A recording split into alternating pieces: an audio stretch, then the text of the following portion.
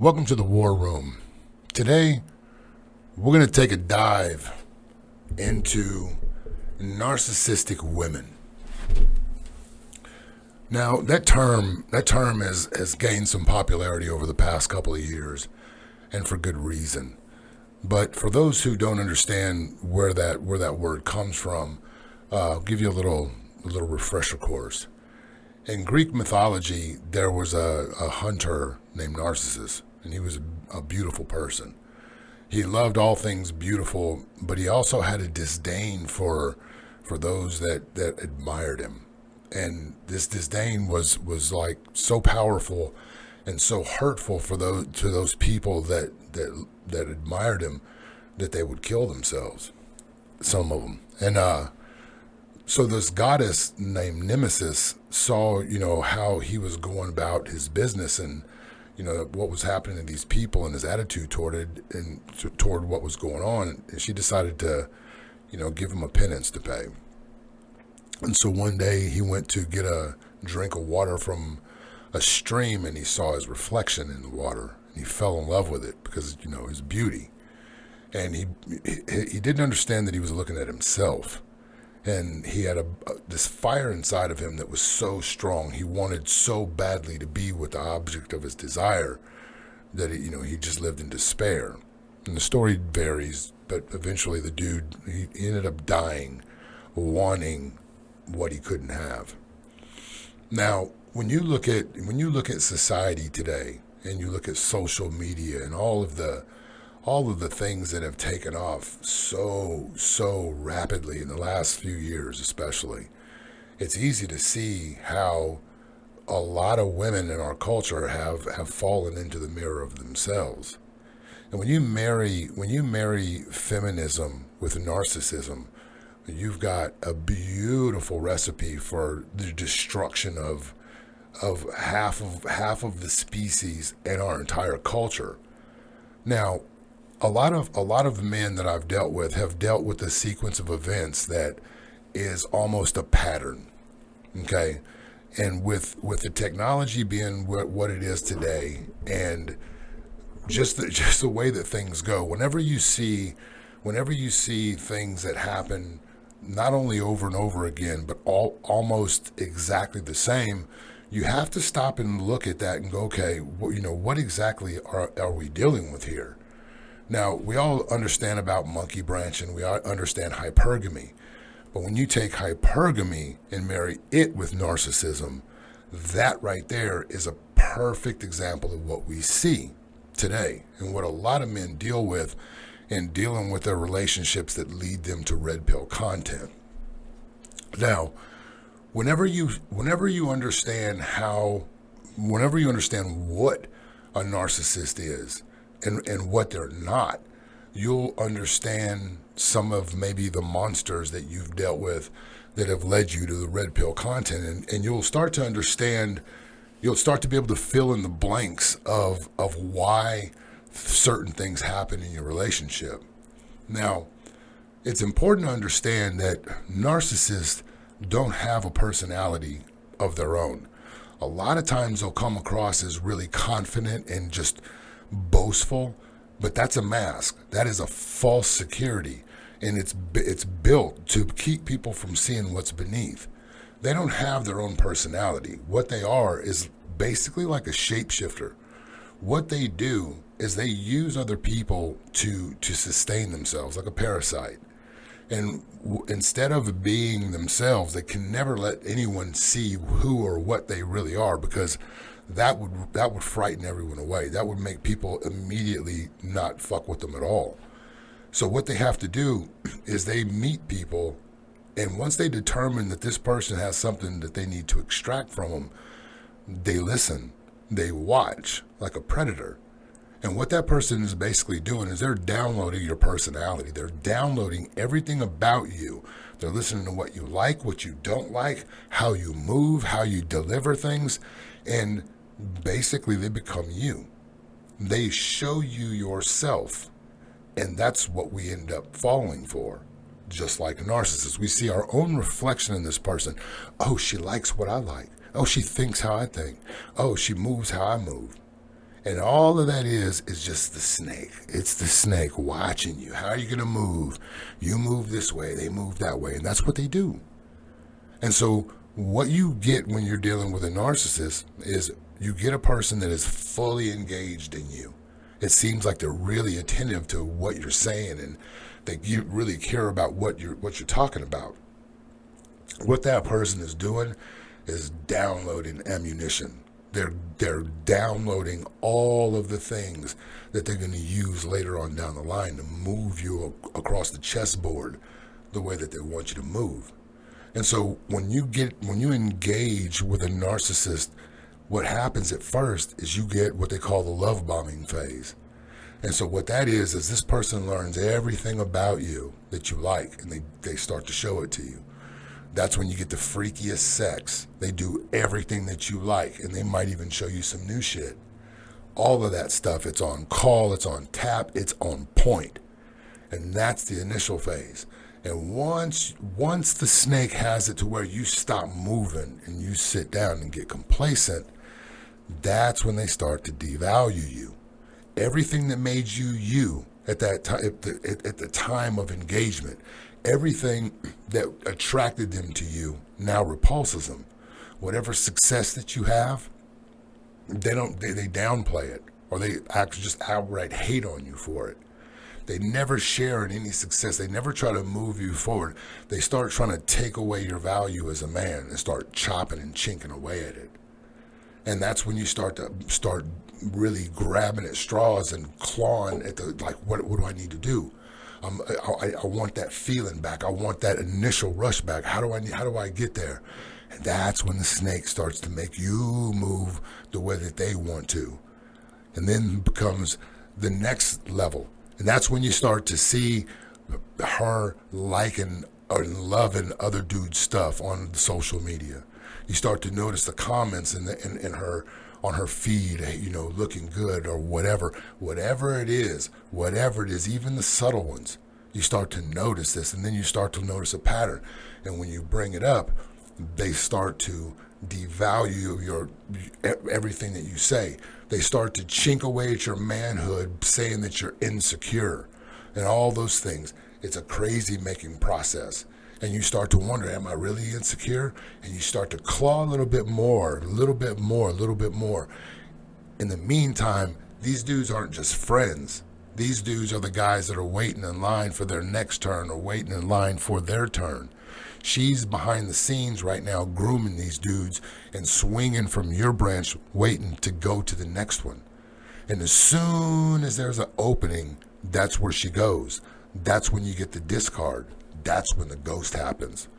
That's when she went to her homegirl's house and got so drunk that she passed out on the couch, or her car broke down and she was out of cell phone range, or whatever. The ghost happens. You send her a text message, no message back. There's no response. You worry, then you start to panic. And all of those things are going against you because she breaks her normal routine with you, and that makes you a little bit worried about it. So maybe you send a message, you call, she's not answering. You start to worry. Did she get in a wreck? What happened? And you get a little bit worried. Then your brain starts to play tricks on you. You start to question. And so your messages might go from being chill to being angry. And then by the time she finally acknowledges you, there's some more crazy making. You're insecure. Why are you doing this? Now she's got ground to stand on to further distance herself. Now, if you're a sucker and you continue to wait there, she will continue to go from branch to branch until she finds one that's strong enough to hold her. The next phase happens when she completely discards you and goes ghost. And during that time, a lot of women will come back and pacify. If you reach out, she'll give you a little bit of a crumb, a little bit of a hope. That's when men ask questions. Are you seeing someone else? No, I just need time. If she gives you anything at all. That's the discard phase. That phase right there is her finding another branch. She found one that she believes is sturdy enough to hold her, and she's done with you. You have nothing else to offer her at this point. But she may keep you online because you've provided some good fuel for her in the past. So she'll keep that going on if she needs to. If you're a good fuel source, she'll use you as a backup. Then comes the Hoover. Now that's when her new source either cuts the branch or she realizes that maybe he wasn't quite like you. That's when she comes and hoovers you like the vacuum cleaner and tries to suck you back into the web. That's when you get the "I'm sorry, I didn't do anything, I was just this," all the lies. She will never tell you what she was doing. She will never be honest with you about who she was with and what she was doing. But what you can be 100% sure of is this: whatever she was doing was equal to, if not more than, what she did with you during your initial love bombing phase, because that's how they operate. They don't care about anyone's feelings. They know how to pretend better than anyone on this planet.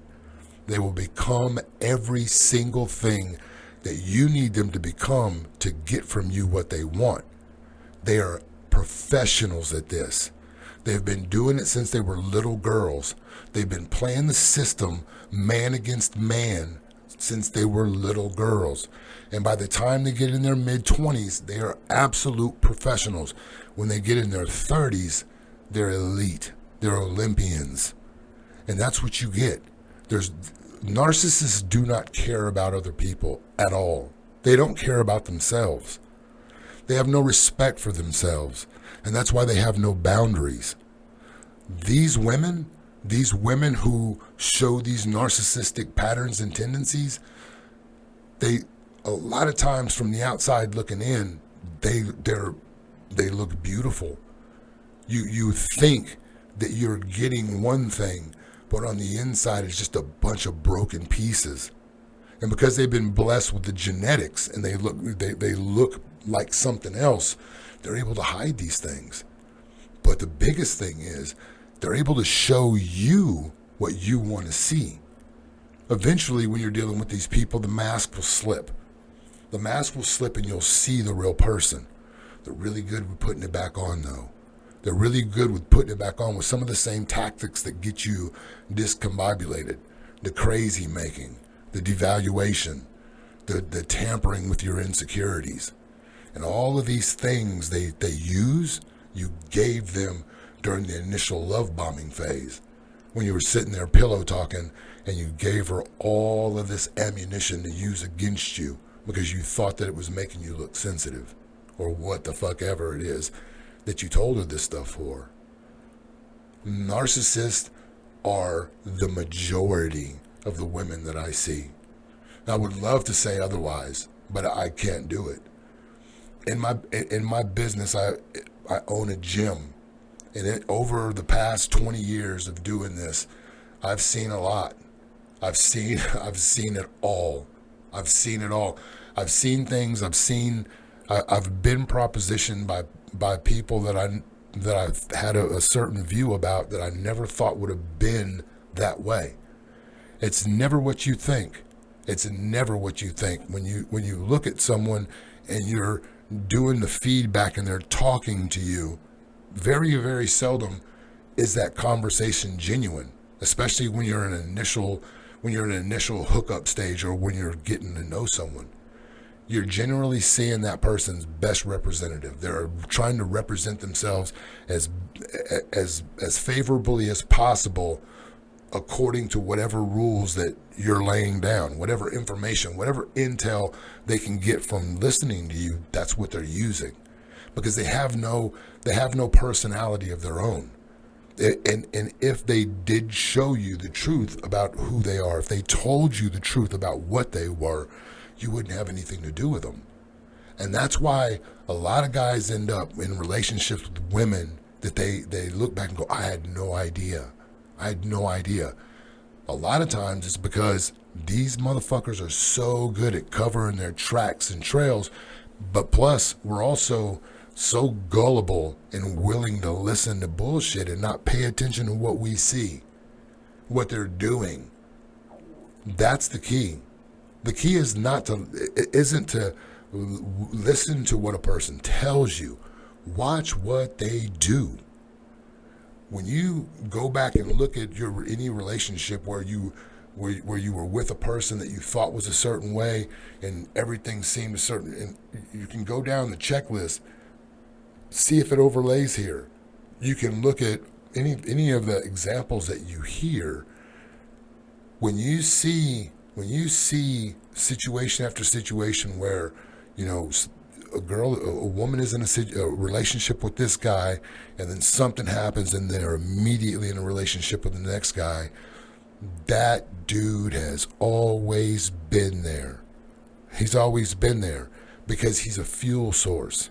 He's fuel for her. No matter what he is or isn't, he's fuel. Because these people have no identity, no personality, and usually no finances. They don't have the ability to take care of themselves. And what they do is they just shift shape, find a new sucker, pretend to be what they want, and then once they've extracted everything that they feel like they can get out of that person, then it's on to the next. And then they'll come back and come back and come back. And if you're not any the wiser to what's going on, you'll just end up deeper and deeper and deeper in the shit. Look around in your own life. Look around in your own life and see if you can see this pattern of love and then devaluation, then discard, and then the Hoover. This is a process. This is a process. And this is how narcissists keep their wheel going. This is how the cotton carousel rolls. That is what is the motor. This narcissistic ability to detach themselves from anyone else's feelings. It's not that they don't care. They just can't feel. They don't know how to feel. And the only thing that gives them a movement inside of where most of us have a heart is when they're taking from someone else. Like a parasite. A parasite can't live without a host. And a lot of women can't live without multiple sources of fuel from men. Aisha Curry is a perfect example of that. We can go down the line. That's not my deal. That's not my thing. But there's a bunch of examples where, for all intents and purposes, these people have it going on. It's not enough. It's not enough. It's a narcissistic desire that can never, ever be satiated. So if you're dealing with if you're dealing with women and you're trying to navigate that sea, these things are very important to know. The red pill information, hypergamy, understanding all these things, those are critical as well. But dealing with our narcissistic culture, a lot of this will enable you to see through your interactions with people. If somebody makes you feel like they don't give a shit about how you feel, and it's an important thing, it's not some goofy shit. If you're in a relationship with someone and they don't care how you feel, they really don't care how you feel. Genuinely, when a woman acts like she doesn't give a shit how you feel and you're in a relationship with her, it's because there are a lot of other guys that will not have that expectation of her that are willing to do exactly what you're doing, but keep their fucking mouth shut. Stay sharp, man, and pay attention. Out.